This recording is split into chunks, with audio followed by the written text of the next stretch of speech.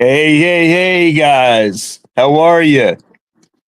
I'm good. How are you? I'm good. Hey, welcome everybody to Dark Society Paranormal Podcast. I am Shane McClain. I am your host, and I am it's an honor being here and glad to see you. Oh yeah, I'm Gwen Johns. I'm the producer, and we have a wonderful guest here tonight. Very interesting guy, and I'm gonna let Shane Absolutely. tell you about him a little bit. Absolutely. I'm intrigued by this guest. We had John Huntington last week, but I wanted to series it right on to that same path. But this guy, he mesmerizes me on the stuff that he builds and stuff that he does. And Yes. I'm gonna just bring him on. Bring All Austin right. Maynard on. What's up, There he buddy? is. How you guys doing? Everybody, this is Good. Austin Maynard. This is the famous one that you see online right here. Man, I've got so many questions for you, man. I've got so many. I was just looking on your page today, and there was something particular that stuck out at me. And I've seen this before, but I'm gonna ask you about that project, that Traveler project. Oh yeah, yeah. I have Yeah, got that's a big so many project. questions on that, and the reason why I have so many questions, is just let me ask you this: is it like sensory deprivation, like on a deeper level? Yes, in a way. I would try to describe it more as like a controlled astral travel experience. What? Yeah. How was that? What, the World Gate project, right? hmm Man, That's how awesome. how did you how did that even, like, because we have the essence method with paranormal and everything. Now you said astral. Is this something that aligns more than supernatural? When you say align in I what? mean, okay. Sometimes you, like with the essence method, you Yeah. speak, you speak supernatural. You speak to the other side and things like that. Yeah. I've heard people that have done a similar one like this in Europe, that they've done one and somebody has connected with like UFO intelligence. Somebody has heard angel music. Um, Yeah. You may be thinking of the Monroe Institute. And I, I believe that's over in Sweden, and I they're think so. doing something called the Gateway process, and that's kind of been going around lately as a that's something that the CIA kind of classified for a little while, and then just recently declassified. Well, I guess I should take that back. They declassified it in like 2014 or something. It was a while ago, so it's been out for a while. But what JW and I are doing, I mean, it's really JW is the one that's kind of, he's the one that's kind of come up with the whole system and put it all together and everything. And at this point, I'm just kind of partnering on and helping him with it, because it's at this point it's him, and then he's got a crew of like four of us, which is me, my partner Eric, and then a couple others. But basically, it's all about inducing, like, so there's a lot of universal math involved, and I say universal math because it's basically, you guys know what numerology is, Yeah, absolutely. like, and sacred geometry, Yeah. as well as Yes. I mean, there's a number of other factors as well, but all of these things are put into kind of a mixture of things. And so there are six participants, and they're in the form of a 5 point star with a center, what we call a seba. Mhm. And this is all ancient geometry, sacred geometry. And No matter what location we go to, there are specific points at that location, whether on second floor, first floor, basement, outside on the lawn, whatever. And those 6 points are very vital to that location according to the numbers. Basically, and the numbers include geographical location. They include like significant dates of that location, because everything turns into binary code if nothing else. The numbers, right? And so the whole idea is, once we get these 6 participants in specific positions based on their personal numbers, we are feeding specific frequencies into the atmosphere using like 3 250-watt speakers. And it's kind of crazy because the 3 speakers are actually pointed inwards at the center person. Yeah. And like, this is supposed to be like where the world gate opens, where the world gate happens. But the whole idea, once you get everybody into position, we blast these frequencies out. And if anybody knows about like oscillation and resonating frequencies, so if you were to put yourself into a certain, like, if you go, what JW uses 4 to 7 hertz. And the way that he does that is, you have 100, and then you have 100, you have 104, and then you have 107. But that four frequency or 3 frequency difference, sorry, is what's causing our brain waves to what we call hemisync, which is syncing the left side and the right side of your brain. And if you can do this, it allows you to ascend outside in like a not in a physical sense, obviously, but like in a dream sense or an astral sense. And the whole purpose of what we're doing is basically to investigate from the other side. So it's really, really deep.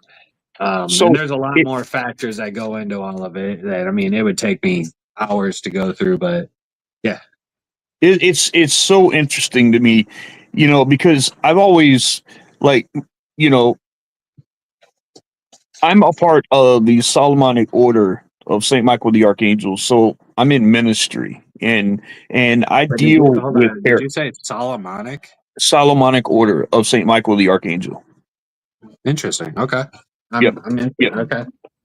Yeah, we are an order that deals with exorcism ministry. I've studied theology for 28, almost 29 years. So I specialize in spiritual warfare and demonology.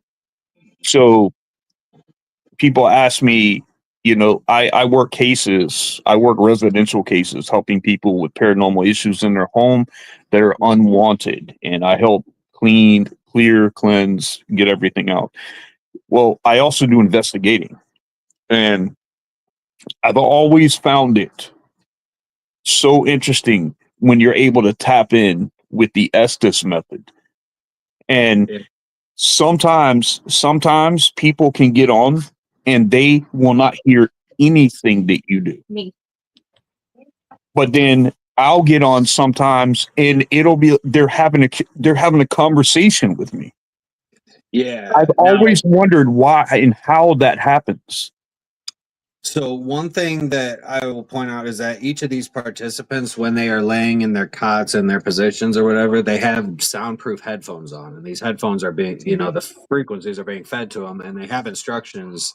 It's almost like trying to go into a deep kind of meditative state, which would be a really good, a really good way to do an Estes method, of course, right?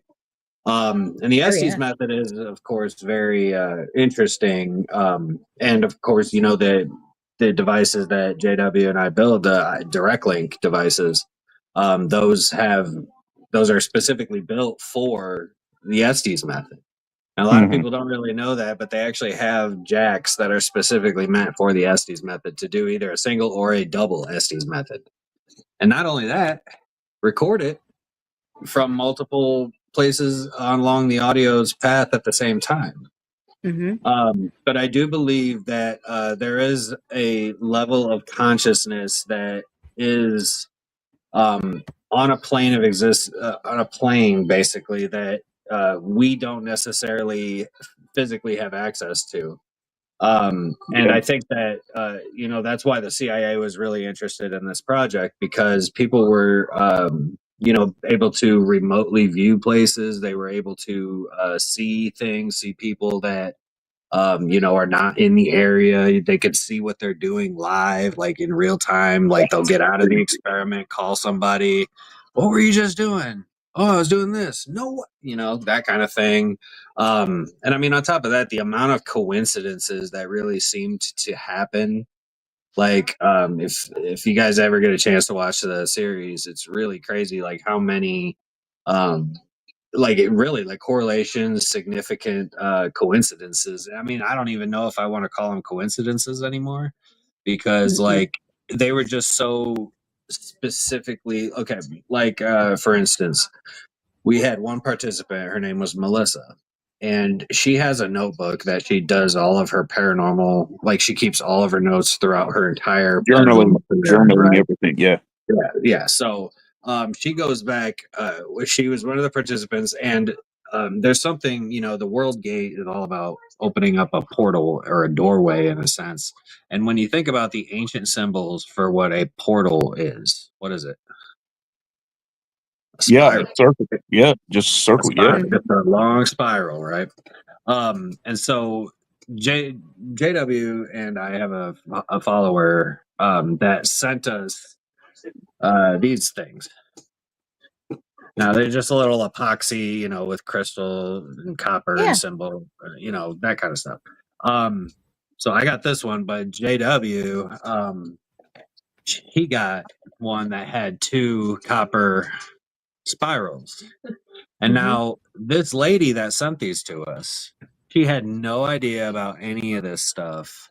Like she had no idea what we were doing with it. Like she didn't have any idea who Melissa was. Like that's just one of the simple correlations. I mean, on top of the, the fact that we were doing it, well, there were She didn't multiple know y'all people. were doing that? She didn't know that we were doing what we're doing. She knew that we were getting together soon, and so she sent me the thing for him, and I never even opened it. I didn't know. And so when he opened it, he opened it up, and there's 2 of those spirals, and there was something else that correlated that they were talking about a spiral during the experiments at some point. And so then when he opened that up and saw that there were 2 more spirals in this little thing, he was like, oh, he pointed it out. He's like, look at this. This is crazy, right? And then Melissa sees it and is like, oh my God, hold on. She goes, grabs her notebook, turns it back to this page from 2 years ago. And she's got this thing drawn up here in the corner. It's like, what the hell? So all these things start to come together. And it's like, this was really meant to happen. And on top of that, it almost seems like, and I hate to think like this or even have this idea in my head, but it almost seems like the universe was trying to prevent this, the travelers' experiments at the granary from happening. And even when we did it with Nick and Tessa at Rolling Hills, JW. So think this. All right. So JW has this 12-foot trailer that he brings, right? And that's where he sets up all his base camp, and he tows it along behind his truck. So on the way to Rolling Hills from Maine, both of his wheel bearings on his trailer go out. Oh, his truck overheats every 10 miles or so. Well, not even that. Yeah, about every 10 miles or so. He says he had to pull over every half hour because he was going 50 the whole way, and then he had to pull over to let it cool down because it kept overheating. And so he finally made it, right?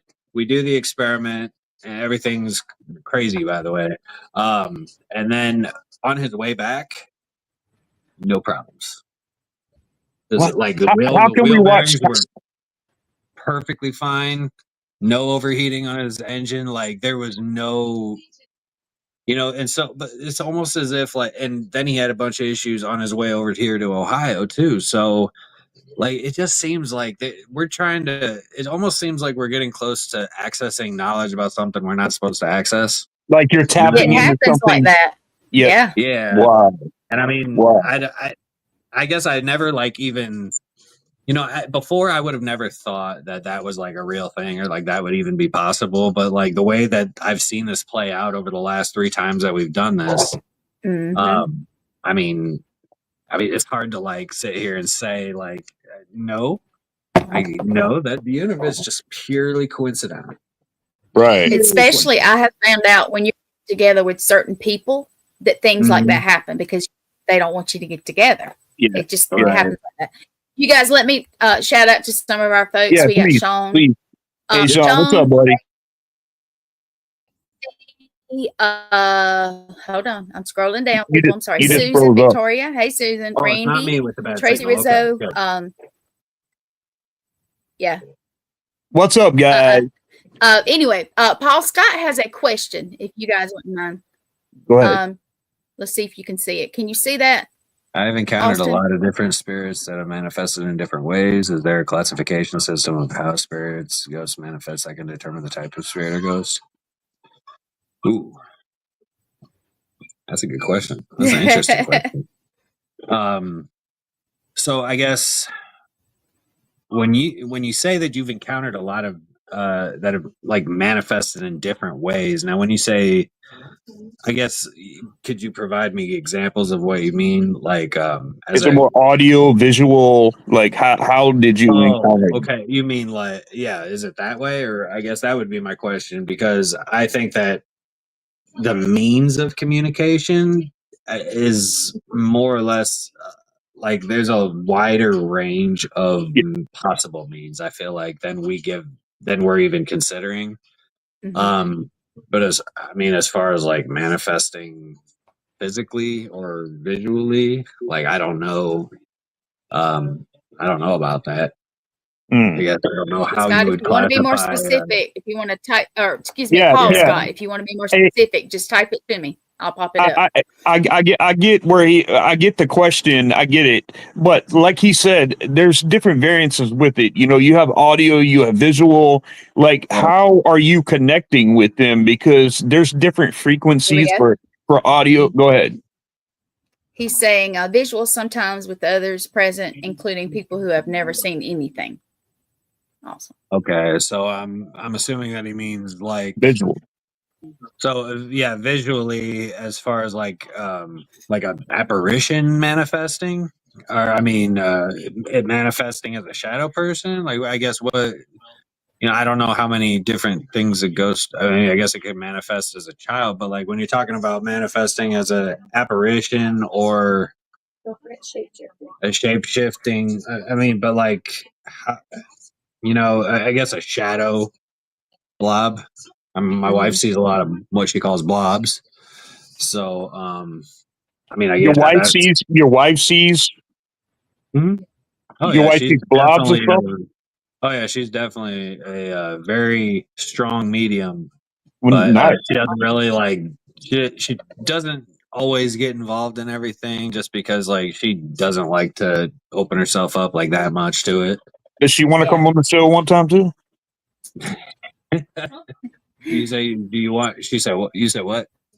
Would she like to come on the show one time too? You want to come on? Not right now. Not right No, now. not right now. Not right now. We'll set up a time. We'll set up a time with her. I'll just get with him. I've got 100 million questions for you too. Okay. I do. That's awesome, man. Hey, I think it's great. I love the participation that we're getting from this, because this is such an interesting topic. Because you were talking about that Swedish project that was going, and I watched thing on that, and the encounters that people were having were almost life changing. Now, some of them were. Yeah. Now, you said Nick and Tessa. Now, I'm very interested in it. First of all, how can we watch that episode? And two, what did they experience doing that? And who was it mainly? Because we know that Tessa has a strong mediumship. I don't know about Nick, but I feel like Nick would be more open to having something like that happen. So what happened during that episode? Well, the episode hopefully will be coming out soon. Oh, it hasn't come. Okay, no, don't say nothing. Don't say nothing. No. Okay, we have a question down here if y'all don't mind answering it. Sean is asking, Austin, I know you are talking about 5-point and frequencies being used. What did you use to send out 5 different frequencies at once? Well, it's actually a lot more than 5 frequencies. When we're talking about the 5 point star, we're talking about the actual formation of participants that are laid out in their cots. Yeah, you're putting So, like, them if you were to look in at a bird's eye view of the building, look down, you'd see a 5 point star with a center. Like, there's a center point too. So it's technically a 6 point star, technically, but it's really, yeah, you get what I'm saying. But the frequencies that are being fed, so like there's two different frequencies that are two different I guess pathways. Like one goes to the participants and then one's for the atmosphere or the air environment. The environment one is called the catalyst, and that's what quote unquote conditions the environment that are in. And those are actually set up based on the math that I was talking about earlier. Like though that's dependent on the location itself. Now the participant audio is a little different. I want to say that that's more generic, but I know that it is generic. It's kind of like 4 to 7 hertz. Like it just kind of oscillates between 4 hertz and 7 hertz. But like I said, that difference, right? So like we just kind of JW has like his God, he's got like 3 laptops and 2 computers open during this whole thing. I mean, we got 5 screens set up. He's monitoring like 16 cameras. I think we actually for the one we're doing in May at the Broadwell Funeral Home, he's actually bought 5 more cameras, so I think we're up to 21 now. awesome.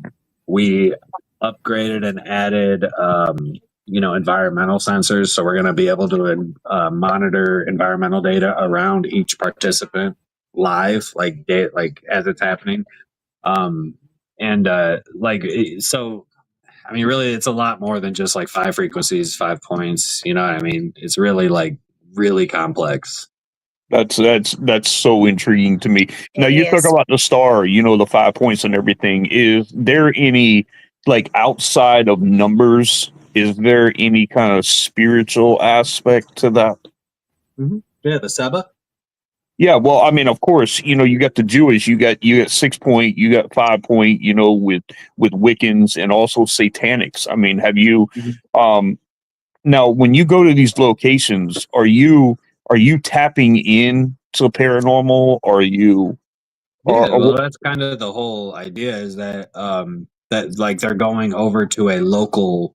Well, so like yeah, the World Gate is actually like they can just go wherever the heck everywhere, they want. everywhere. Yeah. Yeah. So, but the hyper realm is what is the localized kind of thing, and so the whole point is just to go over there and try to investigate from the other side.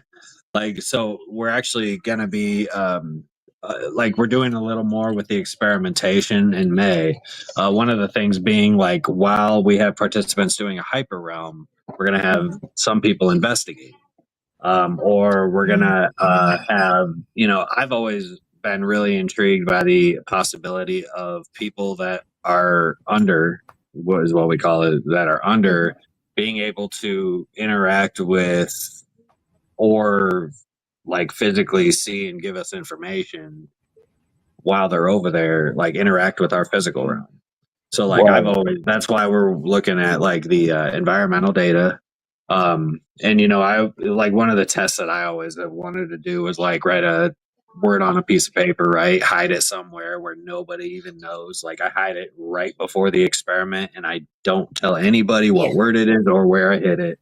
And then I just go and find one participant and say, hey, go find this piece of paper for me under this place and tell me what the word is. And I want to do that because eventually somebody's going to get it. But however, the only problem is that there are a lot of like factors that play into it that would even because not everybody is able to travel. And that's what makes the World Gate so difficult is because in order for the World Gate to work, you're going to need 6 participants who all are very experienced travelers. Tuned in. Yeah. Well, experienced travelers because like you can be tuned in, but like traveling is a whole different thing. But so when we talk about what Nick and Tessa experienced, like I can tell you that Nick is definitely very much in tune Yeah, yeah, like yeah, what you said, in tune. Now Tessa is actually, she's an experienced traveler. yeah. Well, Not only yeah, yeah, traveler, of course, she's very much in tune, but like an experienced traveler, I feel like is a step above just being in tune, right? Because that means if you're an experienced traveler, that means you're in tune and you are doing this on the regular, like right. without any kind of artifice. Like most people do it while they sleep, right? Yeah. Um. So, well, I mean, it was kind of incredible kind of things that the correlations between their stories, because the way that we interview them is, I mean, we interview them separately, right? And poor Tessa, she was up there because she was on the third floor of the asylum, and Nick was on the second floor, like in a completely other point in the building. But it was cool because we actually we bolted Nick or screwed Nick into a wooden box that had mirrors in it. And so even in like the trailer for season 4 for Deathwalker, like like one of the first things you see is me, JW, and I like screwing a big wooden piece of plywood onto the box to close him in because he's just sitting in a chair in there. But And so you said it's got 4 mirrors around it. yeah, two scrying mirrors and 2 regular mirrors. Wow. But the 2 scrying Awesome. mirrors are facing each other, and the 2 regular mirrors are facing each other. How So, did you guys think about it? Was it the world project that got you started with that, or did you guys already have a concept like this that you've been working on? Oh, JW has been working on this for God, almost a decade when it comes to like the World Gate project. It's kind of like a culmination of a bunch of stuff. And he really put the World Gate project like he really dove into it over the last, like, I would say 6 or 7 years. Jesus Christ, sorry, there's this super loud buzzing. Apparently it's an airplane that's flying really low. But shoot, where was I? Yeah, JW's been doing it for so long, and so like that's kind of where all of it came from. And then I've just helped him add a few pieces, like the whole locking Nick in the box was my idea. And I like that. the owner of Rolling Hills was not happy about it. She wasn't thrilled about the idea. But Nick's a big boy, and he's like 6'2" or 6'3". Nick likes to try stuff like that, though, man. Oh yeah, Nick. I love. That's one thing I love about Nick is that he's willing to be a guinea pig to a certain extent. Like if you guys ever watched season 3 of Deathwalker, the very last episode, right? Where he did the ice challenge, where he got in the bathtub or that big pool thing. No, the very last episode of season 3, Deathwalker, is the Tesla building experiment. Oh yeah. Yes. So he was wearing the chainmail suit. He had the hood, everything, and the big Tesla coil that we had. So Steve Halte, great friend of mine, great guy. He has this 3-foot tall Tesla coil. This thing puts out like 220,000 volts or something like that. Something crazy, right? And so what Nick had told to me was that he wanted to do something like what David Blaine did, but like the reason behind it was that if we're going to be in the Tesla building, like he wants to be able to kind of immerse himself in the electricity, right? Like we're going to have a Tesla coil. We had a ghost box that Steve and Katie Halte built that was like wrapped in a skin that had Tesla's face on it. And there was a couple other things that had Tesla, like we're all Tesla themed, right? In the Adams power plant house on Niagara Falls, and that's actually the place that Nikola Tesla's transformer design was used for the first time. So that was like I had to figure out how to do that without like killing Nick. Yeah, that would have been bad. Yeah, that would have been pretty bad. So what I figured out that what I had to do outside of the chainmail suit, which I was kind of like, and like when you think about it, after you think about it for a minute, it does make sense, but it's like kind of crazy because it just completely diverts all the electricity from where it hits down to the feet. But he had to wear like leather boots, and I had a grounding mat. It's just like this blanket that I laid out, and it's got this little button on the end that I would plug a cable into. Oh, I And love those. plug it into the ground of an outlet. Yeah. And it's just a grounding mat is what they call it. But by the end of the experiment, like there was actually footprints. Nick's footprints were burned onto the onto the mat that he was standing on. With his boots on. Yeah. Wow. It's That's just because the chainmail pants were a little big, and I made sure of that just so like it wasn't like too small. So like if something wasn't connected right, it would so the bottom of the pants were hanging down and just laying on top of that mat. And so as he was doing the experiment, like the bottom of his feet were sparkling and everything. It was kind of cool. That's awesome, though. That's awesome. That frequency, that kind of stuff. Like I just watched something online, and this girl was posting, and she said, "You don't think that frequency is effective?" And she played heavy metal songs, and she had this frequency thing that went on, and she goes, "Now watch what happens when I play a worship song."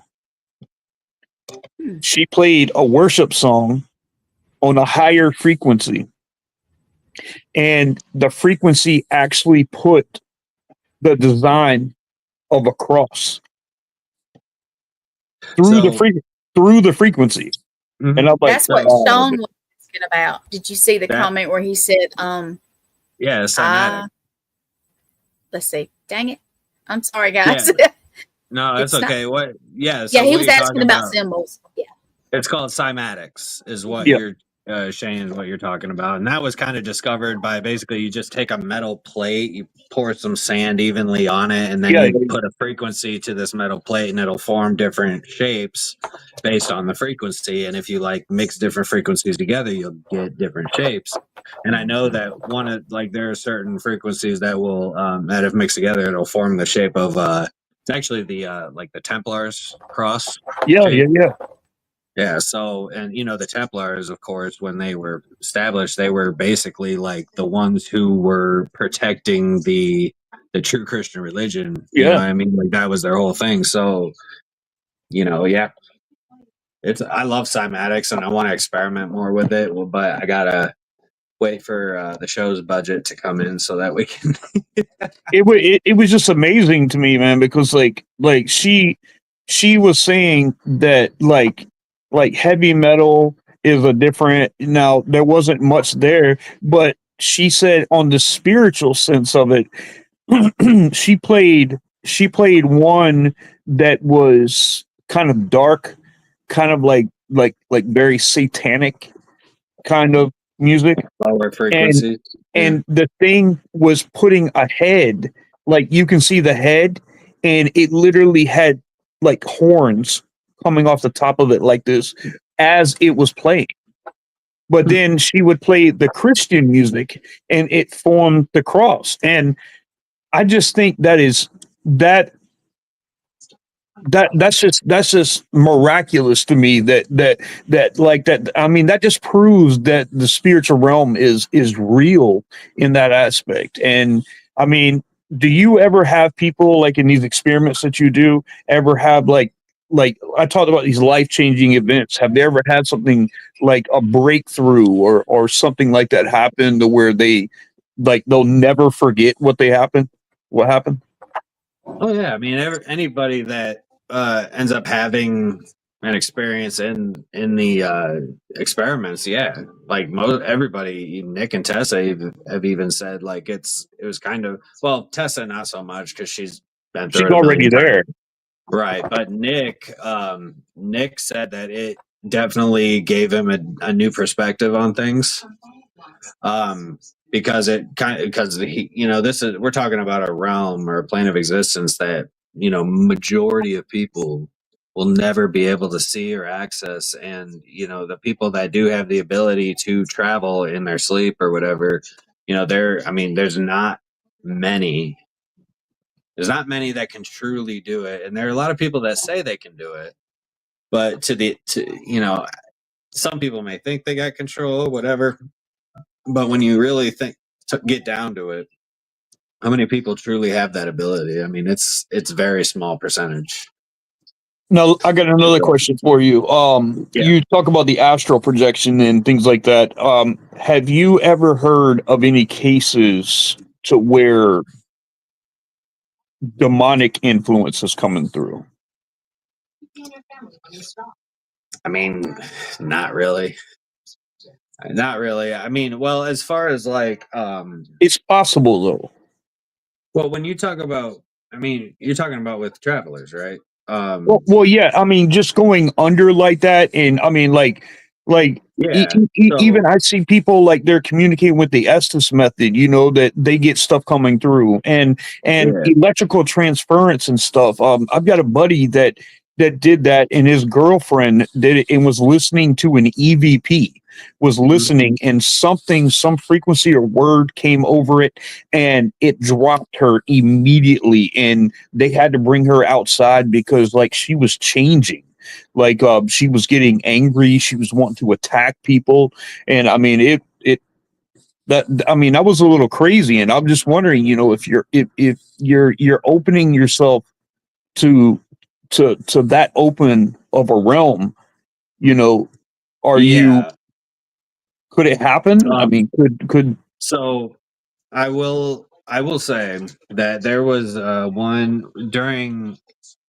So there was a film that came out, The Conjuring House Experiments. That documentary was supposed to feature JW's experiments like heavily, and when you watch it, it's really not much at all. But one of the experiments, there was a guy on. So they did it for 2 nights. The first night, everybody had a fairly positive experience, but the second night, at least one of the guys' experience did change like a lot, and it actually, the way he described it was that he looked into the eyes of the devil. Oh, man. And so but there was nothing that was that was changed from the first day to the second day. And so yeah, one of the kind of disclaimers, I kind of brought those 2 words together. The disclaimers that we have to make is that we can't guarantee that you're going to have a positive experience. It's just a matter of once you get over there.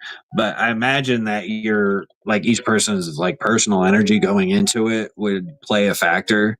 Because there were some things apparently that about that guy that had that bad experience. Like there was something that happened between the first experiment and second experiment that may have altered the result of the second. That makes sense. Almost a residual, Yeah. almost Well, I consider it more of an outside influence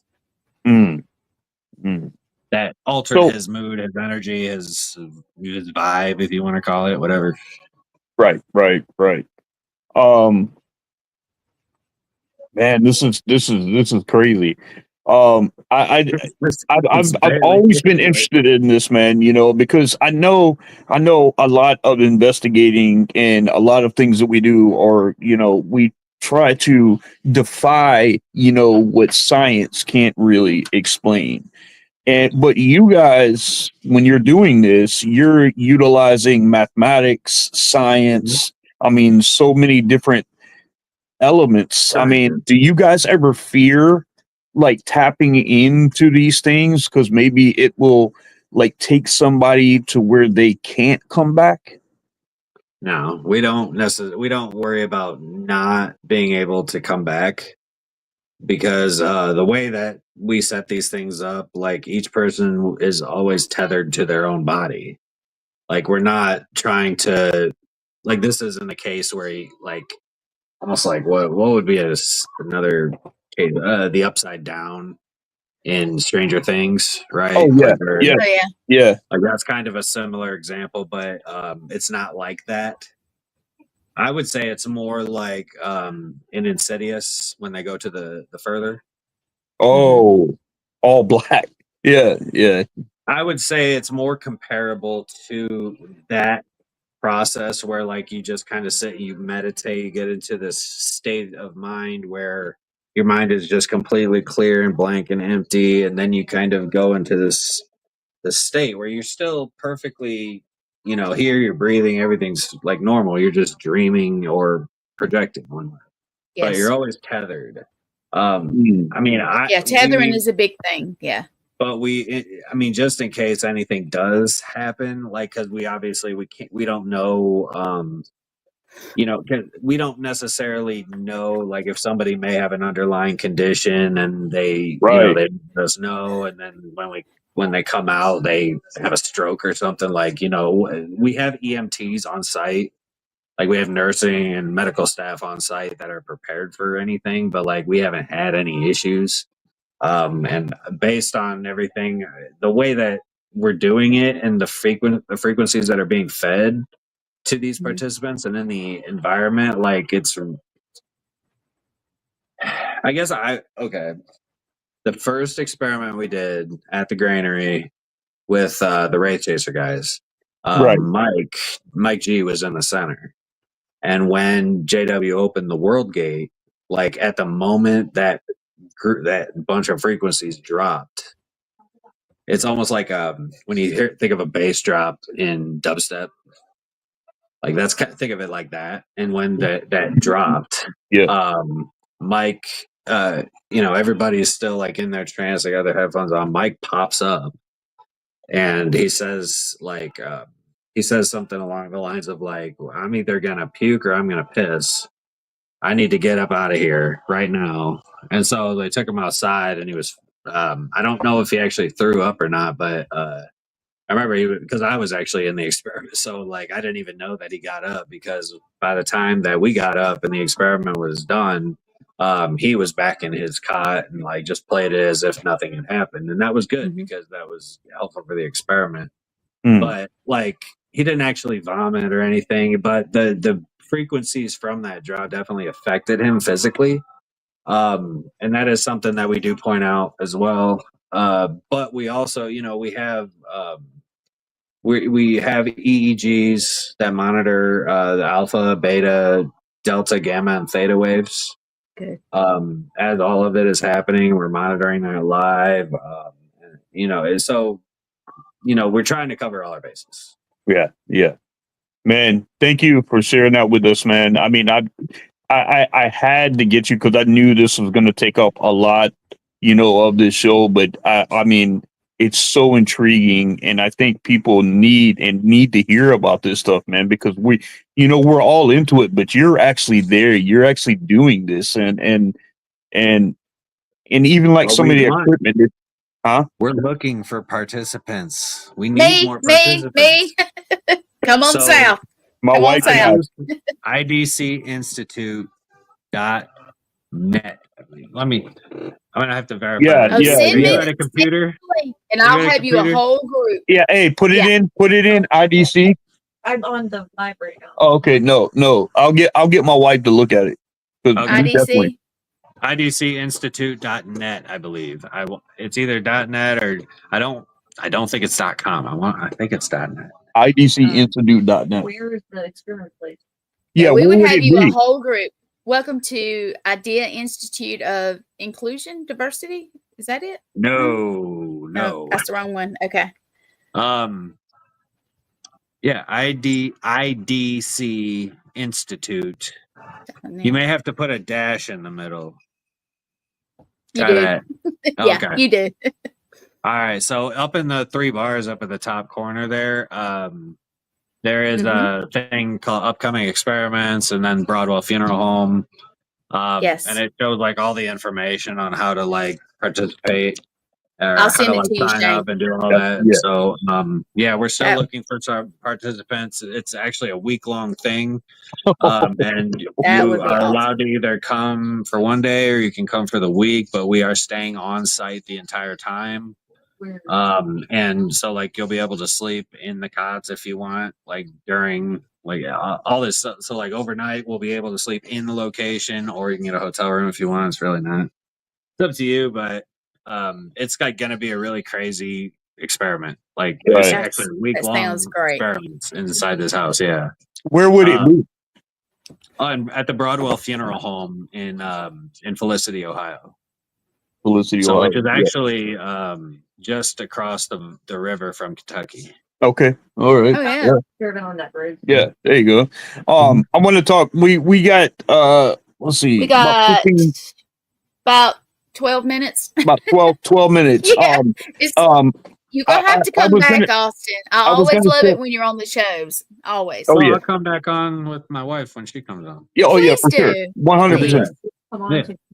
I'll bring my wife on too, because then I'll introduce them. I like but your equipment that you build, like what got you into like doing equipment for paranormal like that, and how long have you been doing that?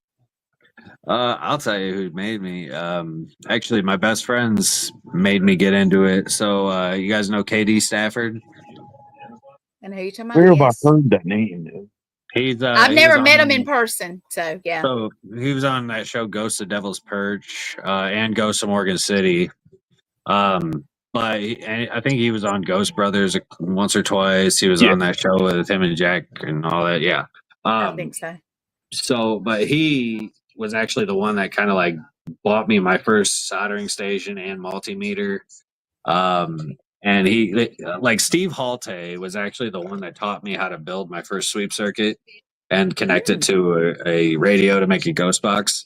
But like the reason I really got into building was because I was more or less like forced into it. Because like I kept bugging those guys like JW, KD, Steve, and Katie Halte.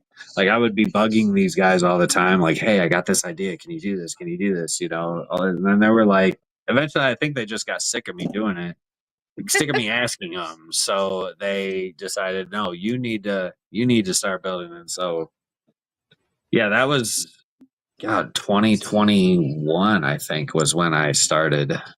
So yeah. That's amazing. I mean, 22. Yeah. I see your equipment, man, and I look and I'm like, man, this dude, John Huntington, he's built a lot of my spirit boxes, and so I love John Huntington, and his spirit communication is yeah. I mean, he's such a good guy, and he's a good friend of mine, and like I'm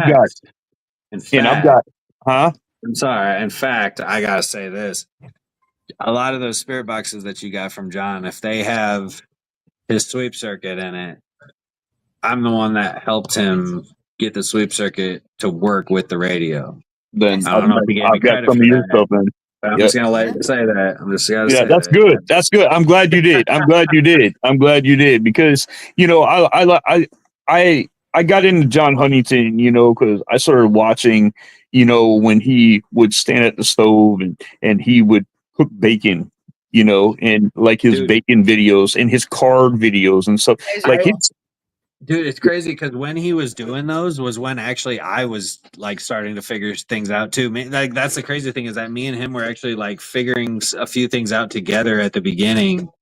And so like I know he's kind of had some other things going on in his life. I know like with his mother and some other stuff. But like I know that like me and him were helping each other out at the beginning. So why don't you guys do a Huntington? Why don't you guys? Yeah. Why don't you guys do a Huntington Maynard project? I mean, I don't know what we would be able to do. I mean, he builds ghost boxes and I build ghost boxes, and I mean, I don't know exactly. Between you two, man, you guys could make.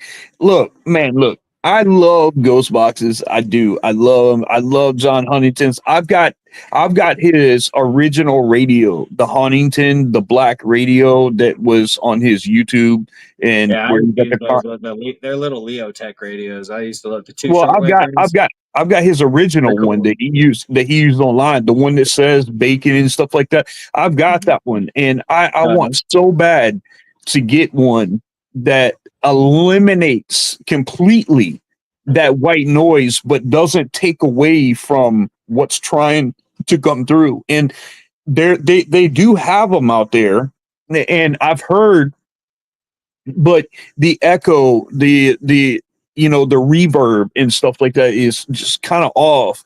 But man, I just if there was one that was so solid and so clear, I mean, have you guys made one like that? Yes, look Well, at his face. I mean, I'm sorry, yeah, because the whole time you were saying that, I was like, "Who the hell is building these?"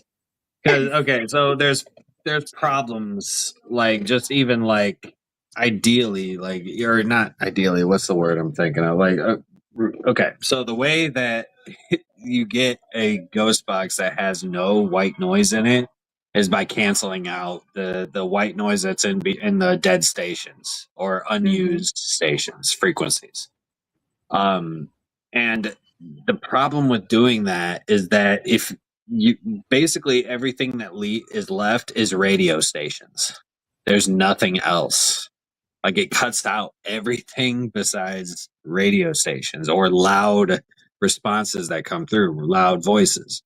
And so at a certain point, like, to eliminate the volume of the white noise, how much are you eliminating from what's coming through the box? Like Right. you're eliminating I think you're so eliminating a lot. much.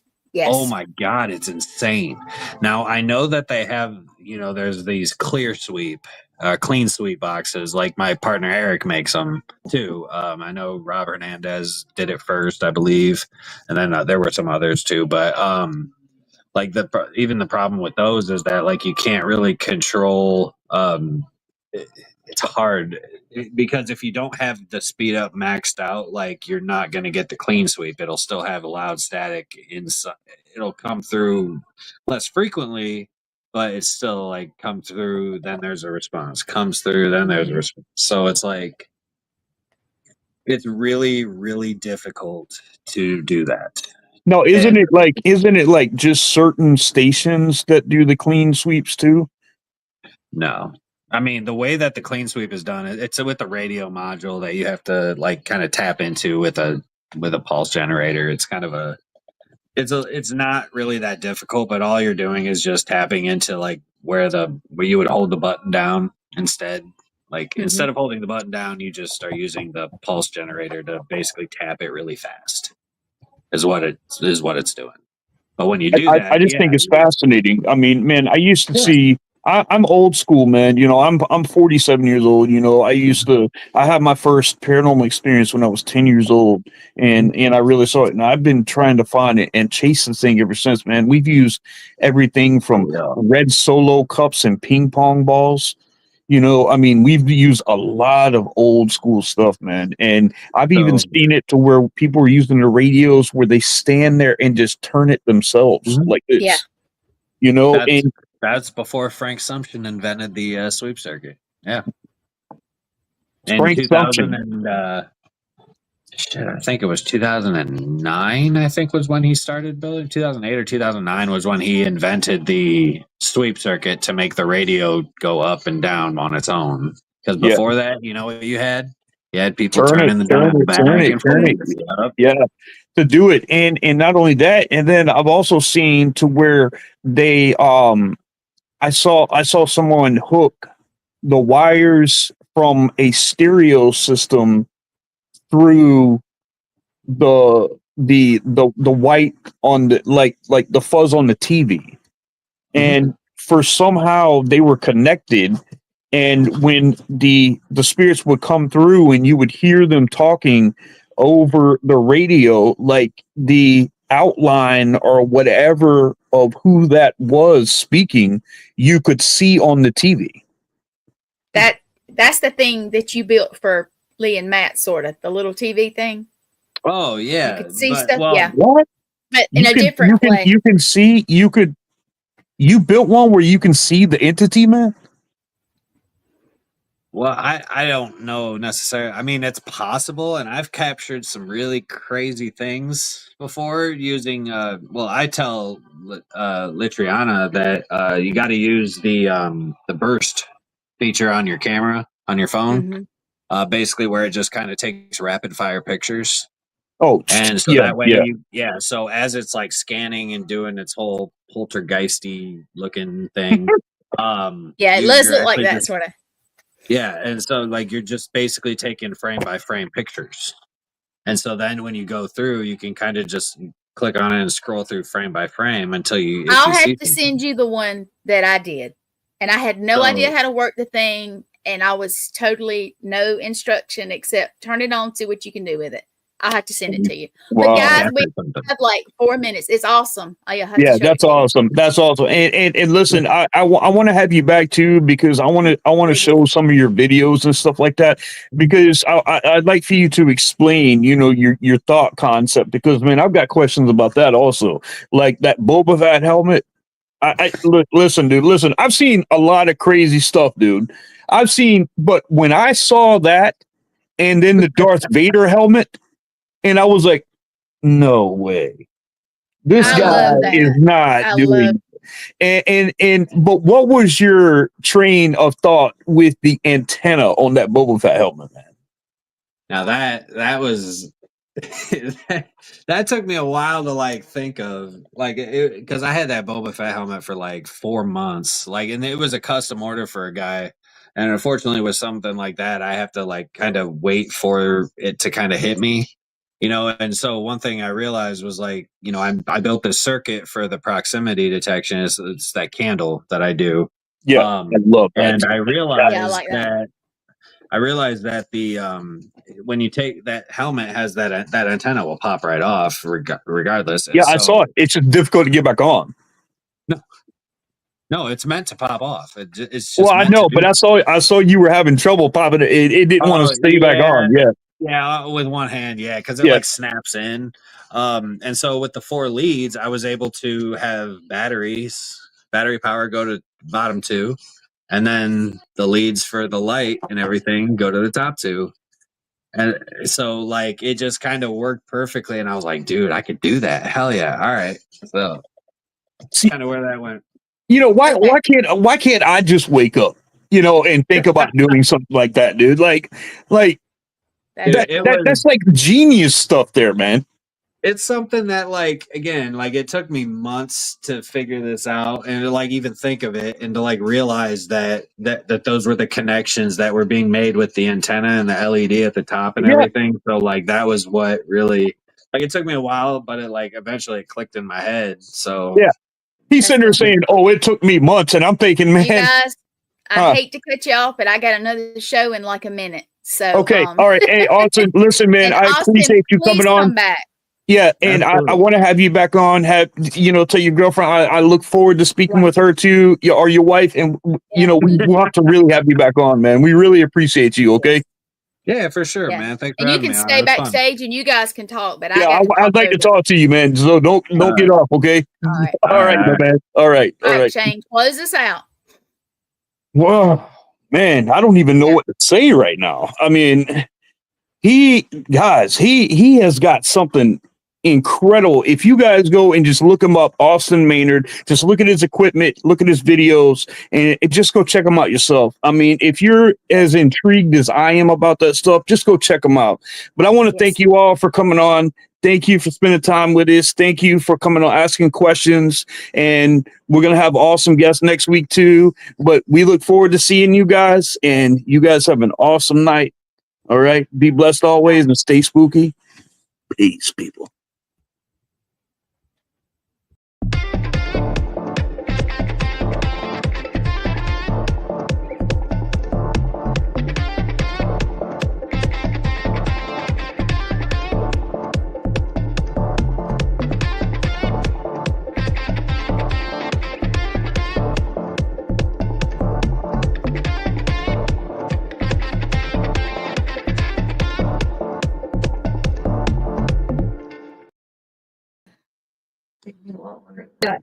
No, you won't.